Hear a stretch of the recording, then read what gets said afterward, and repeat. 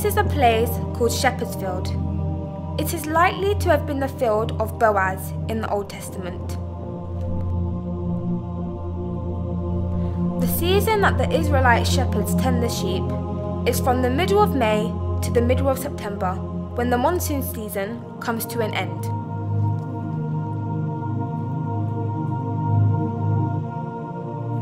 여러분, 여기는 목자들의 들판이라는 곳입니다. 과거 여기 이 목자들의 들판에서 목자들이 양을 먹였습니다. 여러분, 바로 이곳이 인류 최초의 크리스마스 칸타타가 이루어졌던 장소로 여겨집니다. 어느 날 천사가 나타나서 한밤에 양떼를 지키는 목자들에게 이렇게 소식을 전합니다. 내가 온 백성에게 미칠 큰 기쁨의 좋은 소식을 너희에게 전하노라. 그리고 호련히 천군 천사가 나타나서 찬송을 부릅니다. 그날 그 목자들은 그 천군 천사의 찬송 소리를 들었습니다. 지극히 높은 곳에서는 하나님께 영광이요, 땅에서는 기뻐하심을 입은 사람들 중에 평화로다. 여러분, 사람들은 이렇게 말합니다. 하늘에는 영광이요, 땅에는 평화로다. 여러분, 그 말은 틀렸습니다. 성경에는 하늘에는 지극히 높은 곳에서는 하나님께 영광이요, 땅에서는 기뻐하심을 입은 사람들 중에 평화라고 이야기했습니다. 여러분, 그러면 기뻐하심을 입은 사람들은 누구를 가리킵니까? 바로 마음에 예수님이 탄생한 사람, 마음에 예수님으로 말미암아 죄사함을 받은 그 사람이 바로 기뻐하심을 입은 사람입니다. 소년 다윗은 이곳 목자들의 들판에서 어릴 때 양을 쳤습니다. 그가 양을 치면서 하나님을 의지했고 어릴 때부터 하나님을 배웠습니다. 그가 골리앗 앞에 설 때 사울 왕이 그에게 군장과 갑옷과 투구를 내어주면서 입으라고 했습니다. 그 다윗 왕은 그런 것을 사용하는데 익숙지 않았고 몸에 맞지도 않았고요. 다윗 왕은 어릴 때부터 무엇에 익숙했습니까? 다윗 왕은 바로 하나님을 의지하는 데 익숙했습니다. 그는 간증하기를 이 목자들의 들판에서 양을 칠 때에 사자의 발톱에서, 곰의 발톱에서 자기들의 양을 건져냈다고 이야기했습니다. 사실은 하나님이 곰과 사자도 치게 했다고 간증했습니다. 어린 소년 다윗은 이 목자들의 들판에서 양을 치는 동안에 하나님을 의지하는 법을 배웠던 것입니다. This is the hometown of Boaz and David, and is the place of the birth of Jesus. After the war in June 1967, the Jews began to live here, but because of Oslo Accords in 1993, it became Palestinian territory, and the Jews could not dwell here. So many religious people pointed their finger at the government of Israel, saying that they saw the place that the Messiah was born. Afterwards, Bethlehem became a symbol of invisible conflict until now.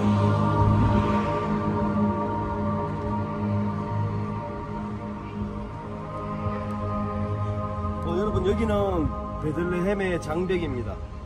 이스라엘의 베들레헴과의 분리 정책 때문에 세워진 높은 장벽인데, 사람들은 이 장벽이 바로 인권 침해, 그 다음에 인권 말살의 상징이라고 이야기를 하고 있습니다. 이스라엘 정부가 이스라엘과 베들레헴을 분리하기 위해서 세워놓은 장벽입니다. 베들레헴에 사는 팔레스타인 사람들이 이 이스라엘 땅으로, 개인들이 사는 지역으로 건너오지 못하게 분리 정책을 하기 위해 세워놓은 장벽이라서 인권 핍박에 대한 상징이라고 사람들은 이야기합니다. 이건 정오를 멈춘 시간이라고 적혀 있습니다.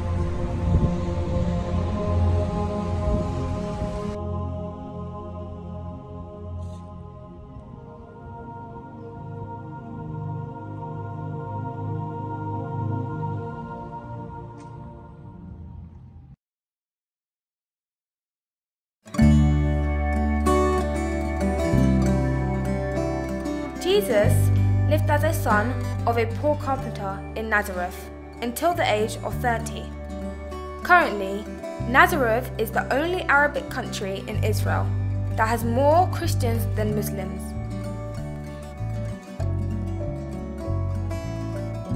This is the hometown of Mary, who is the mother of Jesus. Roman Catholic made a church of Annunciation in the center of Nazareth in order to celebrate the conception of Mary after listening to the voice of Gabriel. From the word of Nathanael, who said, "Can any good thing come out of Nazareth?" we can see that Nazareth back then was a countryside village that had nothing.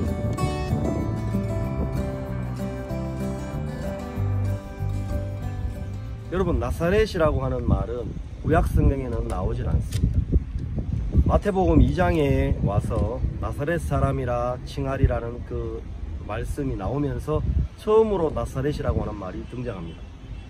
나사렛은 그 당시에 아주 시골 마을이었고 아무도 알아주지 않는 정말 작은 마을이었습니다. 여러분, 그 나사렛이라고 하는 말 속에는 어떤 의미가 들어있는데요. 이사야 11장 1절에 보면 이새의 줄기에서 한 싹이 나며 그 뿌리에서 한 가지가 나서 결실할 것이요 라고 되어 있는데, 마태복음 2장에서 나사렛 사람이라 칭하리라 라고 하는 그 말씀이 바로 이 이사야 11장 1절에 기록된 이 말씀이 응했다고 그렇게 이야기를 하고 있습니다. 그 말씀하고 이 말씀하고 아무것도 연관이 없는 것처럼 보여지지만 히브리어 성경으로 읽어보면 여기 보면 이새의 줄기에서 한 싹이 나면 그 뿌리에서 한 가지가 나서 결실할 것이요 할 때 뿌리에서 한 가지가 난다고 했을 때 그 가지를 히브리 말로 넷제르라 그럽니다. 자, 이 넷제르라고 하는 이 가지는 지금은 의미가 약간 다르지만 2000년 전 예수님 시대, 그리고 예수님 시대보다 훨씬 그 이전 시대에는요, 이 넷제르라고 하는 가지는 어떤 가지였냐면, 보통 가지들이 나무 기둥에서 이렇게 나는 것이 정상적인 가지인데, 이 넷제르라고 하는 가지는 나무 기둥에서 가지가 나는 것이 아니고 뿌리에서 올라오는 가지입니다.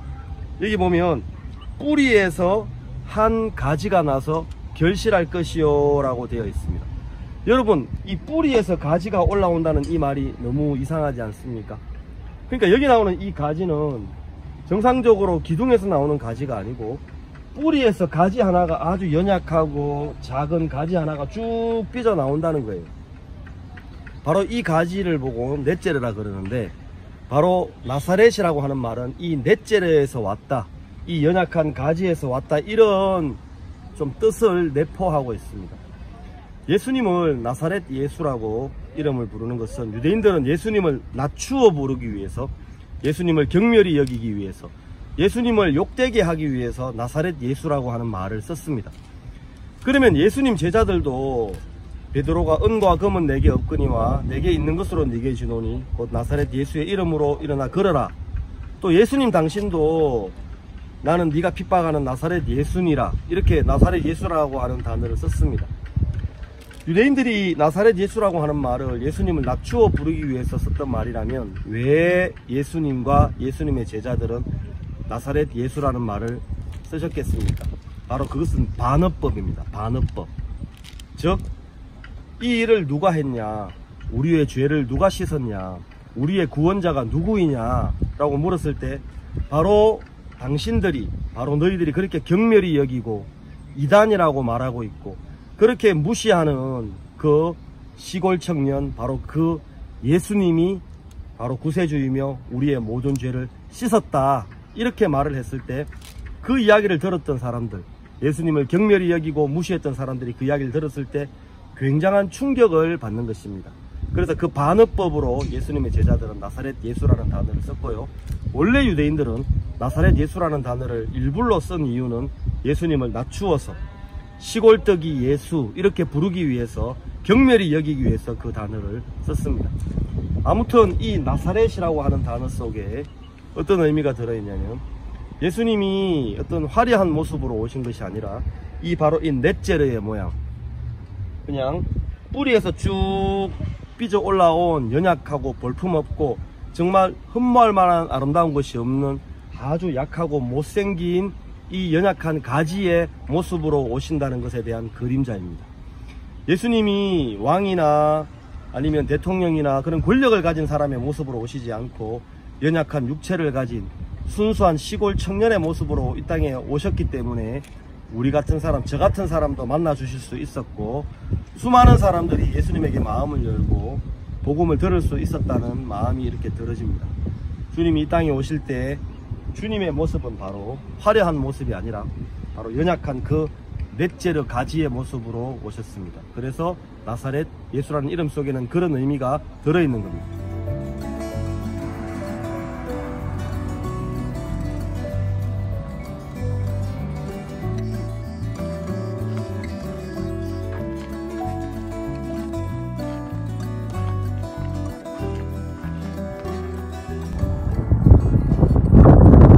여기가 이스르엘 평원입니다. 이스르엘 평원. 그리고 저기 뒤에 보이는 밥그릇을 엎어놓은 듯한 모양을 하고 있는 저 산이 다볼산이라 해서 성경에 나오는 변화산입니다. 변화산. 예수님이 올라가셔서 변화된 모습을 보여주셨던 이제 변화산입니다. 그리고 여기 이 절벽이 나사렛 동네가 건설된 낭떠러지입니다. 그래서 누가복음 4장에 나오는 아까 말씀드렸던 바로 그 장소가 바로 여기입니다. 저쪽 건너편 나사렛의 회당에 있었던 유대인들이 예수님의 말씀을 듣고 예수님이 이 이사야 성경에 기록된 예언의 말씀이 응했다고 말씀했는데 그 말씀을 아멘으로 받지 못했고 그 예수님의 말씀에 분이 가득하여 예수님을 끌고 이번 낭떠러지로 와서 예수님을 밀쳐 떨어뜨리려고 했지만 예수님은 그 사람들 사이를 지나가셨습니다. 예수님은 여기서 돌아가시면 안 되고 우리의 모든 죄를 지고 예루살렘에서 십자가 위에서 돌아가셔야 하기 때문에 여기서 돌아가실 수가 없었던 것입니다. 그래서 이 낭떠러지가 바로 나사렛 동네가 건설된 첫 번째 낭떠러지입니다. 이 낭떠러지.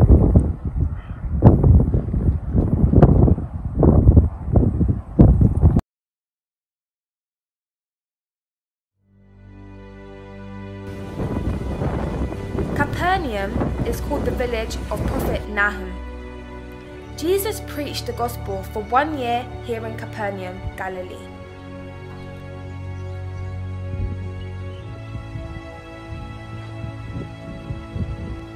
Peter, who was unable to pay temple tax, heard about the fish with 1 shekel in its mouth. And Jesus knew which one of the many fish had a shekel in its mouth. What could we possibly lack when we are with Jesus Christ? There are so many incidents in Capernaum. The story of the demon-possessed being cured in the synagogue, the story of the mother-in-law of Peter being healed, and the argument of the disciples about who was greater. There are many stories that come to mind, such as the healing of the centurion's servant and the people who brought the paralytic to Jesus. Jesus also rebuked Capernaum a lot.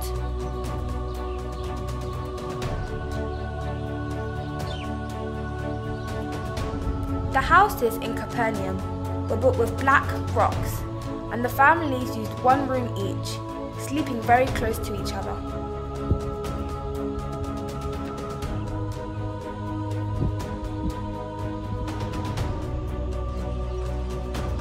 The Jews gathered at the synagogue, and the dark rock beneath existed back at the time of Jesus.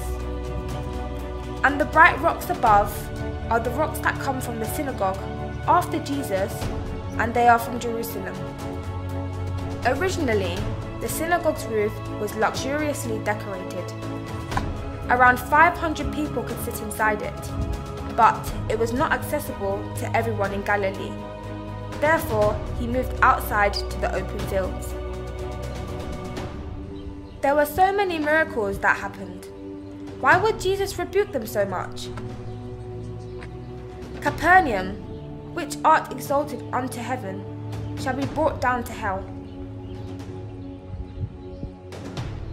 The people of Capernaum could not accept that he is the Messiah, and wondered with what right he forgave sins.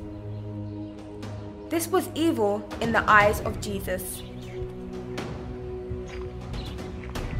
예수님은 이 가버나움을 중심으로 예수님의 사역을 시작하셨습니다. 예수님은 이 가버나움에 예수님의 제자들을 부르셨습니다.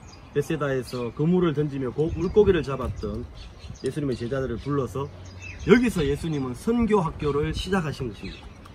그래서 예수님은 여기서 제자들에게 복음을 가르치시고 하나님의 말씀을 가르치셨습니다. 여기 이 가버나움의 대회당을 중심으로 여기 주변에 전부 다 가버나움의 2000년 전 집터들인데, 예수님은 이 집터 어딘가에서 말씀을 전하시면서 한 중풍병자를 만나십니다. 그 중풍병자를 지붕을 뜯어내고 네 사람이 들것에 그대로 실어서 예수님에게 내리는데, 예수님은 그 중풍병자에게 소자야 네 죄사함을 받았느니라 라고 말씀하셨습니다. 예수님이 그 중풍병자가 병 때문에 고통하는데 병부터 고쳐주시고 죄를 사해 주시면 더 말씀 듣기도 편하고 좋을 건데 왜 죄사함부터 받게 하셨는지 생각을 해봤습니다. 다른 사람은 몰라도 예수님은 그 사람이 왜 병들었으며 그 사람이 왜 고통하고 있으며 그 사람이 무엇 때문에 정말 멸망을 당할 것인지 예수님 정확하게 아셨습니다. 병들었기 때문에, 몸이 아프기 때문에 그 사람이 문제가 있는 것이 아니라, 병도 문제지만 그 사람 마음속에 병보다 죄가 있고 그 죄를 해결하지 못하기 때문에 고통스러워하며 이 죄 때문에 인간이 고통하며 죽어간다는 사실을 예수님은 아셨습니다. 그래서 먼저 예수님은 병을 고쳐주시기 전에 그 사람 마음속에 있는 모든 죄를 사해 주셨습니다. 구원자로서, 메시아로서 예수님이 이 땅에 오셔서 그 중풍병자뿐만이 아니라 우리 모든 사람의 죄를 사해 주시고 그 모든 죄를 가지고 가셨는데, 그 주님이 이 중풍병자를 여기 어디서 만나시면서 소자야 네 죄사함을 받았느니라 라고 말씀을 하신 겁니다. After Jesus ascended to heaven, there were two different types of gatherings in Capernaum. One were those who believed in Jesus and were persecuted. And the other group were people who tried their hardest to show that they were people who had nothing to do with Jesus. By rebuilding the synagogue, they showed how much they are still focused on the old law.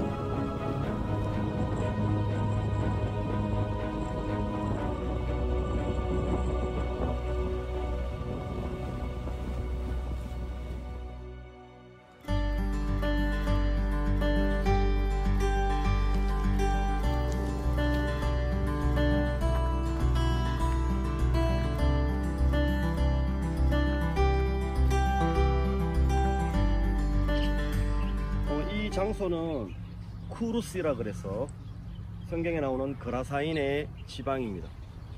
여러분, 여기는 그라사 땅이 아닙니다. 성경에는 여기를 그라사라고 이야기하지 않고 그라사인의 지방이라고 이야기를 했습니다. 왜 그라사인의 지방이라고 이야기를 했냐면 여기는 옛날에 여기서 한 50km, 약 한 55km 정도 떨어진 곳에 요르단, 지금은 요르단 땅이죠. 그라사 사람들이 사는 지방이 있었습니다. 거기에 있었던 사람들은 유대인이 아니고 이방인들이었습니다. 이방인들이었기 때문에 돼지도 치고 이제 그랬던 거죠. 그래서 거기 살았던 사람들이 이 땅으로 건너오게 됩니다. 이주를 했는데 그냥 온 것이 아니라 돼지를 가지고 왔어요. 여기 와보니까 여기 사람들도 없고 또 땅도 비옥하고 좋으니까 풀도 많고, 그래서 여기에 돼지를 방목해서 여기서 돼지를 키웠습니다. 유대인들이 왜 돼지를 키웠을까라고 질문하는 사람들이 많은데, 유대인들이 돼지를 키운 게 아니고 그라사에 살았던 그 그라사 지방의 이방인들이 와서 여기 와서 돼지를 키웠던 겁니다. 미국에 가면 중국 사람들이 모여 사는 동네를 차이나타운이라 그러고, 또 한국인들이 모여 사는 동네를 코리아타운이라 그러고, 그런 것처럼 그라사에 살았던 사람들이 이쪽으로 건너와서 그라사 타운을 만든 겁니다. 그래서 성경은 그라사인의 지방이라고 이야기했습니다. 즉 이방인, 즉 그라사인들이 모여서 사는 동네였다는 거죠. 그들이 유대인들이 아니었기 때문에 여기서 돼지를 치고 살았던 겁니다.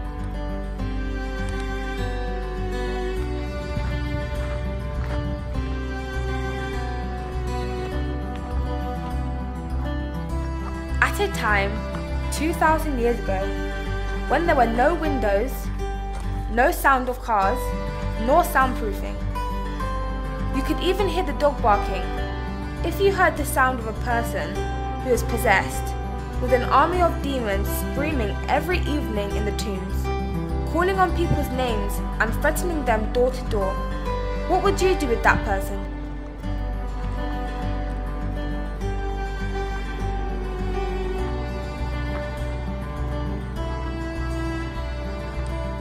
여러분, 예수님은 어느 날 제자들에게 저편으로 건너가자라고 말씀하셨습니다. 바로 예수님이 말씀하셨던 장소는 바로 저쪽 디베랴인데, 저쪽 디베랴에서 이쪽으로 건너오신 거예요. 배를 타고 제자들과 함께 약 한 10km 정도를 이쪽으로 건너오셨습니다. 건너왔는데 여기가 바로 아까 설명드린 대로 거라사이네의 지방입니다. 여기 예수님이 도착했을 때 군대 귀신 들린 사람이 예수님을 봤습니다. 예수님이 이미 그 사람에게 더러운 귀신아 그 사람에게서 나가라 라고 명하셨습니다. 예수님이 말씀하시면 제 아무리 큰 귀신이라도 나가야 합니다. 근데 이 사람은 뭐라고 이야기하냐면, 지극히 높으신 하나님의 아들 예수여, 당신과 나와 무슨 상관이 있나이까? 원컨대 나를 괴롭게 마옵소서 라고 이야기했습니다. 자, 여러분, 지금 그 사람이 예수님 당신하고 나하고 무슨 상관이 있습니까? 나를 괴롭게 마옵소서. 이 말은 지금 그 사람이 하는 이야기가 아니고 그 사람 속에 있는 귀신이 하는 이야기입니다. 예수님은 그 사람하고 상관이 있습니다. 예수님은 그 사람의 구원자고 그 사람의 모든 죄와 고통을 짊어지러 오셨고요. 그 다음에 예수님은 그 사람을 괴롭히려고 오시는 게 아니라 예수님은 그 사람을 돕기 위해서 오신 겁니다. 자, 여기 보면 여기 비탈이 이렇게 보이죠. 그 귀신이 더 견디지 못하고 나가는데 여기 돼지를 쳤습니다. 그래서 그 귀신이 여기가 옛날에 그 돌무덤터 주변인데 저 돼지떼에 들어가기를 허락해 달라고 했는데 예수님께서 허락하셨습니다. 여기 돼지들이 먹고 있었는데 그 돼지들이 이 비탈을 따라서, 저기 보면 비탈이 있죠. 이 비탈을 따라서 쭉 달려가서 저 바다에 들어가서 몰살을 하게 됩니다. 여기 바다의 수심이 가장 깊은 곳이 35m쯤 되고, 여기 앞에 옛날에는 여기가 이 비탈을 따라서 따라가다 보면 여기가 절벽이었습니다. 지금은 도로가 생기고 많이 바뀌었지만 옛날엔 여기가 절벽이었는데, 그래서 돼지들이 여기서 내리달아서 저기 비탈길로 가서 물에 빠져서 몰살을 했다는 겁니다. There is the story of Jesus feeding the 4,000 with 7 barley loaves and 2 fish in the Gospel of Mark and Matthew. But there is no exact proof where that place was. There are only guesses. But the story of Jesus feeding 5,000 people with 5 loaves of bread and 2 fishes comes out clearly in Luke chapter 9. And there it says this miracle happened in Bethsaida. In John 6, it talks about the other side of Tiberias, and it is pointing to the old town of Bethsaida. Many people say that the Galilee Tabba region, where the church commemorating the 5 loaves of bread and 2 fish was established, and was the location of that miracle, but it was actually in the land of Bethsaida. Bethsaida means the house of the fishermen in Hebrew. It is the place that Absalom's mother and David's wife Maacah used to live. There are empty plains surrounding the village of Bethsaida, and on one side there is the river Jordan. Peter, Philip, Andrew, and many more of the disciples were originally fishermen.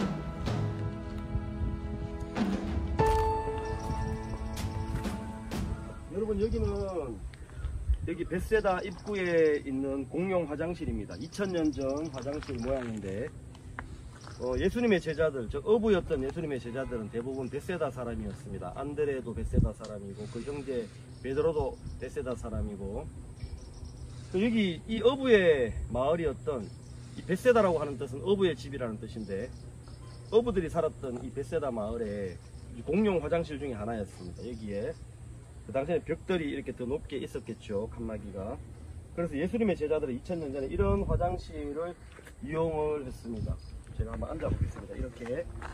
이렇게 이 공용 화장실을 이렇게 이용을 했습니다. 2000년 전 갈릴리 지역의 화장실의 모양은 이랬습니다. Jesus told them to feed the masses, who had gone hungry while listening to his sermons. There was the packed lunch of a small child.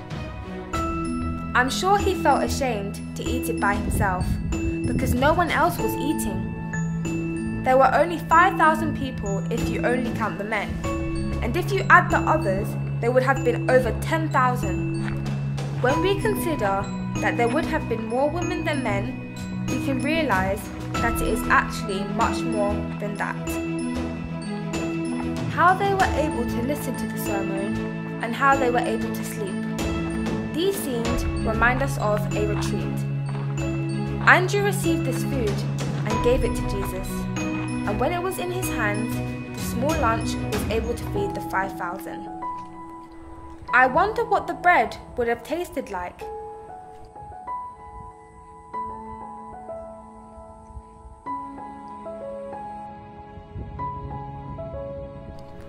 As the news about Jesus began to spread around Galilee, people began to gather, and they could not gather in the synagogues because it was too small, and the religious leaders did not allow it to happen easily.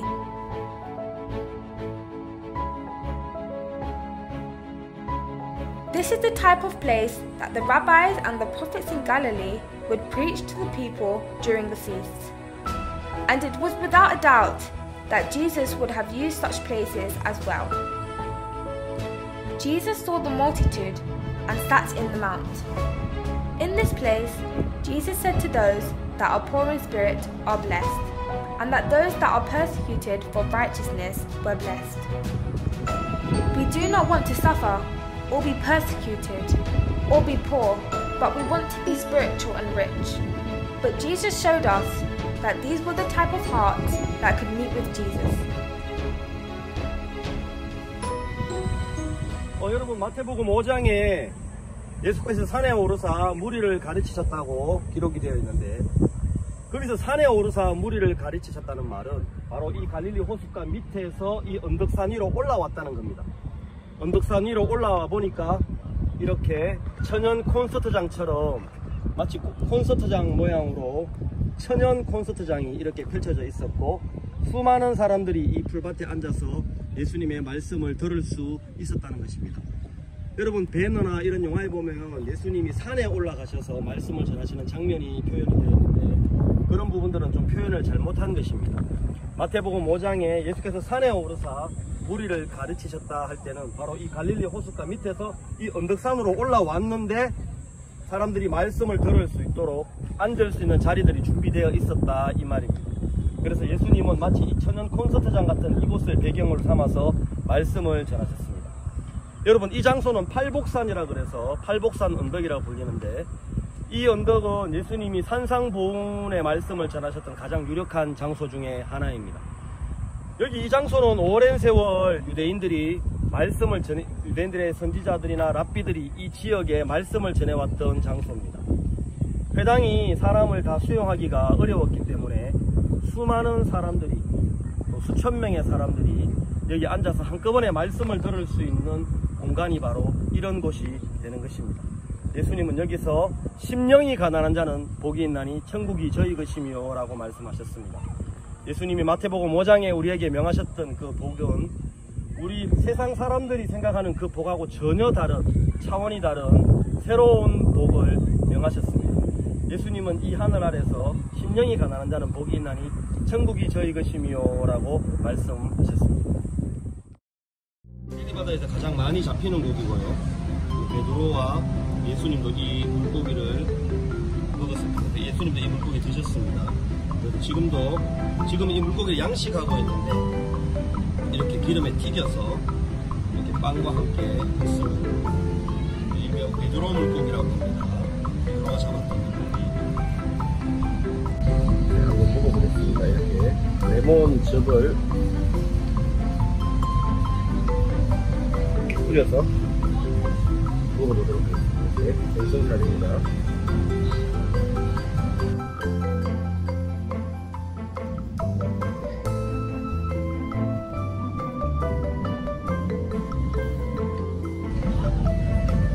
담백하고 맛있는데, 제가 볼 때는 고등어보다 못한 것 같습니다.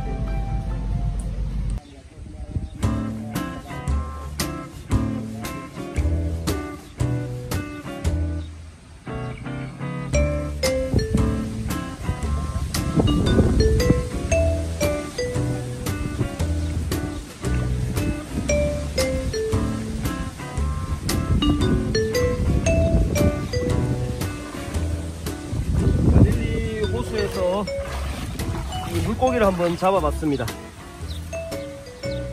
여기 몇 마리가 잡혔는데 작은 물고기들도 있고요. 이렇게 작은 물고기들이 있고, 그 다음에 여기 이놈이 잡혔습니다. 이게 이제 베드로 물고기 새끼입니다. 튀겨 먹던 그 베드로 물고기 새끼인데, 이 갈릴리 호수에서 가장 많이 사는 종류의 이 물고기입니다. 바스 종류고요. 베드로는 그물을 던져서 이 물고기들을 잡았습니다. 물론 베드로가 잡은 물고기는 이보다 좀 더 컸겠죠. 예, 이런 물고기들이 이 갈릴리 바다에, 이 물고기가 가장 많이 사는 물고기입니다. 베드로 고기입니다.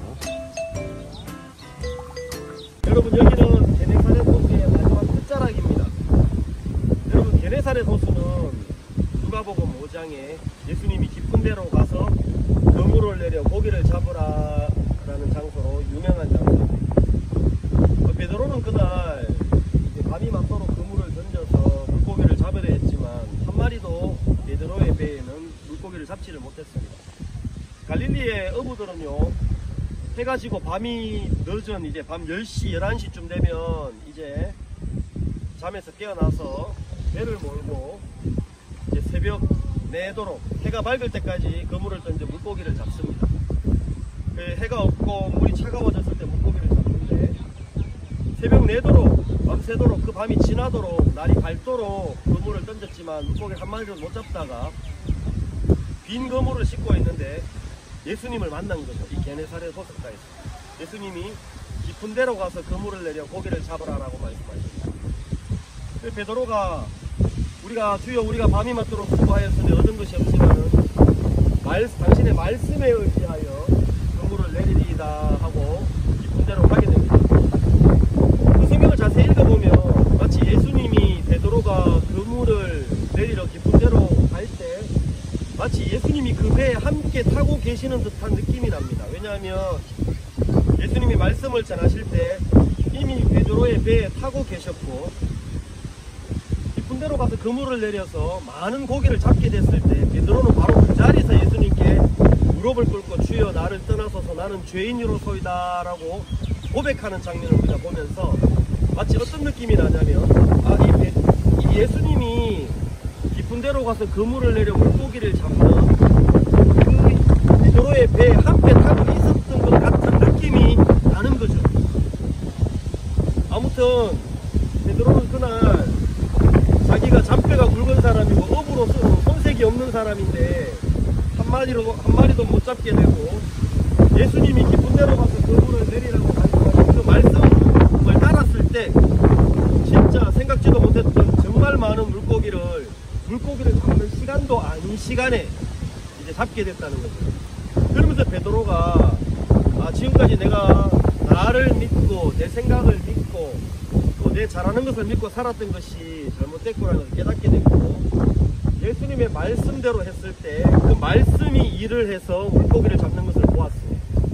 그러면서 말씀이 물고기를 잡는 것을 보면서 지금까지 자기가 자기 생각을 쫓았던 삶이 잘못된 삶이고 예수님의 말씀을 쫓아가는 것이 이게 참된 삶이라는 사실을 깨닫고, 자기 자신이 하나님 앞에 죄인인 것을, 자기 생각을 믿고 살았던 죄인인 것을 깨닫게 되는 장면이 거기서 나오게 됩니다. 주여 나는 죄인이로소이다라는 이 말씀을 보면서 예수님의 말씀을 경험한 사람, 예수님의 말씀이 일하시는 것을 직접 경험하고 진짜 본 사람은 정말 하나님 앞에서, 주님 앞에서 나는 틀린 사람입니다 라고 말할 수밖에 없다는 사실을 우리가 한번 확인할 수가 있는 대목입니다. 여러분, 여기서 이 게네사렛 호수, 갈릴리 호수에서 정말 여러분이 예수님의 향취를 느껴보실 수 있으면 참 좋겠다는 마음이 이렇게 들어집니다. 여러분, 여기 보시면 종려나무 열매, 대추 야자 열매라고 그러죠. 지금 익고 있습니다. 아직 덜 익은 건데 여기 보면 진짜 알알이 가득 찼습니다. 이 종려나무 하나에서 나오는 이 열매로 50명이서 배부르게 먹을 수 있는 양의 이 종려나무 열매가, 이 종려나무 열매 열매가 다 익으면 이렇게 되는데, 제가 맛을 한번 보겠습니다. 예, 정말 꿀처럼 답니다. 그래서 이 종려나무 열매가 다 익으면 밑에 텐트를 치면 여기서 떨어지는 꿀 때문에 텐트 천장에 꿀이 떨어지는 소리가 들릴 정도로 이렇게 열매가 많이 열립니다. 젖과 꿀이 흐르는 땅이라고 할 때 거기서 말하는 그 꿀은 바로 이 종려나무 열매에서 떨어지는 그 꿀을 의미한다고 말하시는 분들이 참 많습니다. 여러분, 이 종려나무 열매,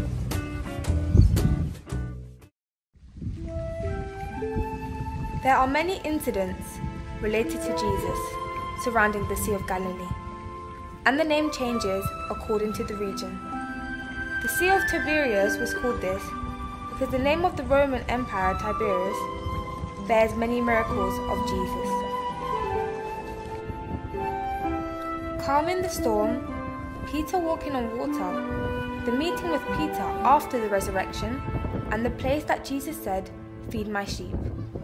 All of this took place in the Sea of Tiberias. The only condition for Peter to be able to walk on the water was Jesus telling him to come. But the moment he saw the wind, he became afraid and began to sink in the water. Walking on the water may be a miracle, but so is slowly sinking into it. Don't we also fall into our own thoughts very often?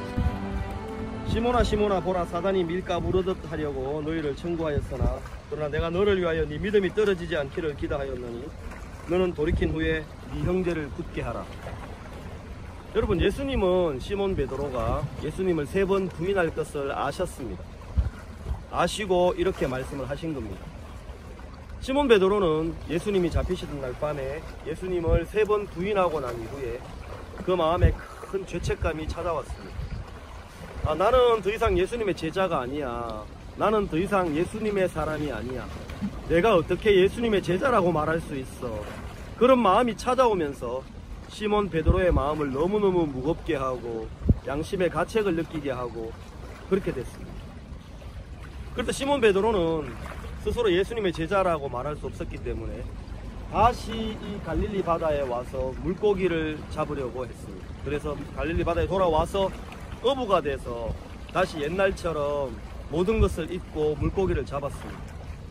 그러나 그 마음에는 예수님을 부인한 그 큰 죄가 마음에서 정말 지워지지 않았고 이 마음이 이 시몬 베드로의 마음을 너무너무 무겁게 했습니다. 예수님은 그런 시몬 베드로에게 이미 네가 돌이킨 후에 형제를 굳게 하라 라고 말씀하셨습니다. 결국 다시 이 시몬 베드로는 예수님을 만났고 이 디베랴 앞바다에서 예수님을 다시 만났고 능력의 사람이 되었는데, 여러분, 이 시몬 베드로가 다시 돌이킨 후에 형제들을 굳게 할 때 과연 이 시몬 베드로가 어디로 돌이켰다고 생각을 하십니까? 시몬 베드로는 자기를 믿는 마음이 다 무너졌습니다. 그리고 그 마음이 다 무너지고 난 이후에 다시 주님 앞에 설 때, 다시 사람들 앞에 설 때 이제는 자기의 의지나 자기의 마음으로 쓰는 것이 아니고 자기의 모든 죄를 씻으신 그 예수님의 피를 의지해서 다시 설 수가 있었다는 것입니다. 시몬 베드로가 돌이킬 때 그가 돌이킨 방향은 바로 예수님의 피였습니다. 지금까지는 자기를 믿고 잘하는 줄 알고 살았는데 이제는 자기의 모든 죄를 씻으시고 자기를 위하여 십자가에 못 박혀 돌아가신 그 예수님의 피를 믿는 마음을 가지고 사람들 앞에 섰고 말씀을 전할 수 있는 사람이 됐다는 것입니다. 그 시몬 베드로가 형제들을 굳게 할 때 자기의 모든 죄를 씻었던 그 예수님의 피 앞으로 다시 마음을 돌이켰다는 것입니다.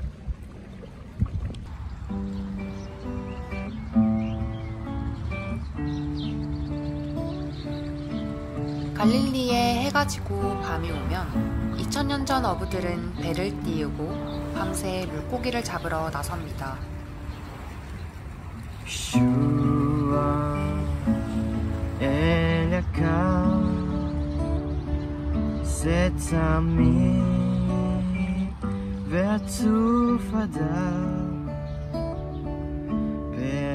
באחד קוראים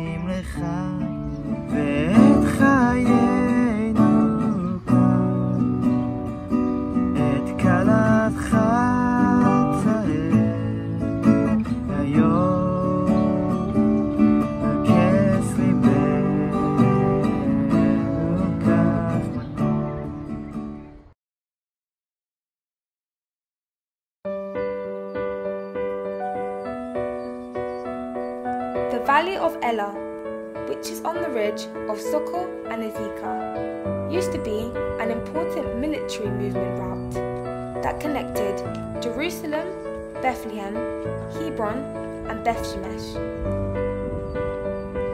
Ephes Dammim means without the blood. Looking at Ephes Damish and the hill of Azekah, the beginning verses of 1 Samuel 17 comes into our minds.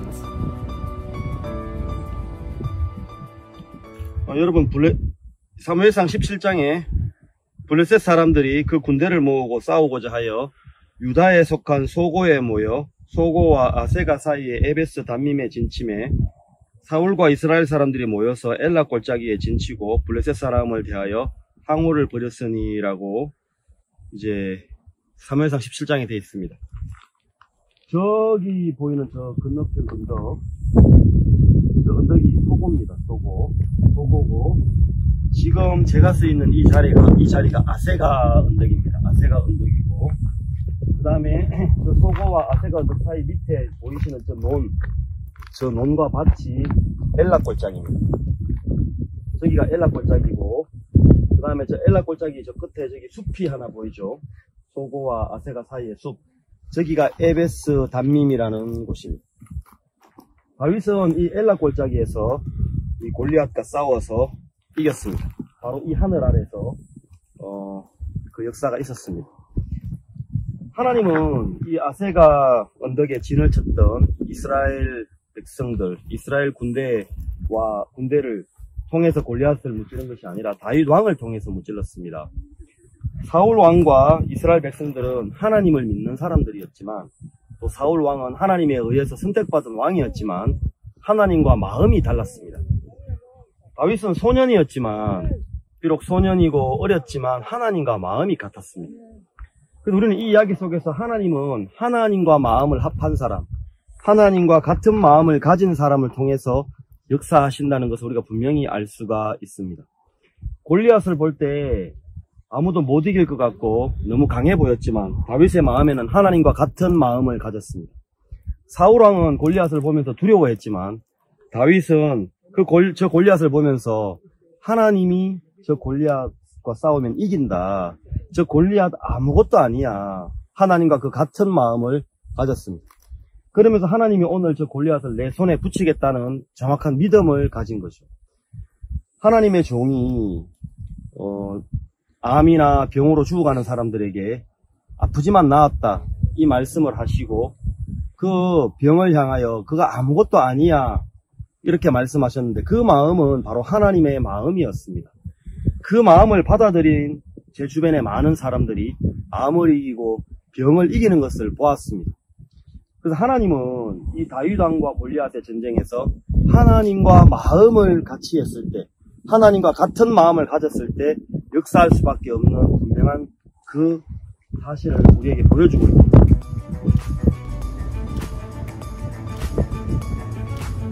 Did David also run like this? We went to the battlefield of the Valley of Elah.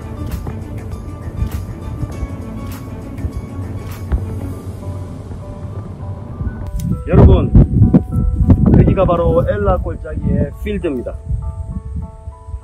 아까 여러분이 보셨던 아세가 언덕이 저기였습니다. 제가 저기서 아세가 언덕에서 이야기를 했었습니다. 앞에 보이는 이 엘라 골짜기, 그리고 이쪽 가수원이 있는 이쪽이 에베스 담밈입니다. 에베스 담밈이라는 뜻은 피가 없다라는 뜻인데, 하나님의 사람이 하나님을 믿고 믿음으로 싸워서 피 한 방울 흘리지 않고 이겼다, 이런 뜻을 가지고 있습니다. 하나님이 역사하시면 피 한 방울 흘리지 않고 이긴다라는 그런 의미가 있는데, 바로 이곳 이 엘라 골짜기, 여기 어디에서 골리앗과 다윗의 격전의 싸움이 있었습니다. 여기 돌멩이 하나가 있는데요, 제가 제 손에 제구는 없지만 항우를 마주대하고 달려왔다고 했는데, 소년 다윗이 어떻게 달려왔는지는 모르겠지만 제가 한번 해보겠습니다. 자, 소년 다윗이 제구에 돌을 물려서 물매를 돌리면서 달려와서 이렇게 딱 던졌습니다. 이렇게 딱 던졌습니다.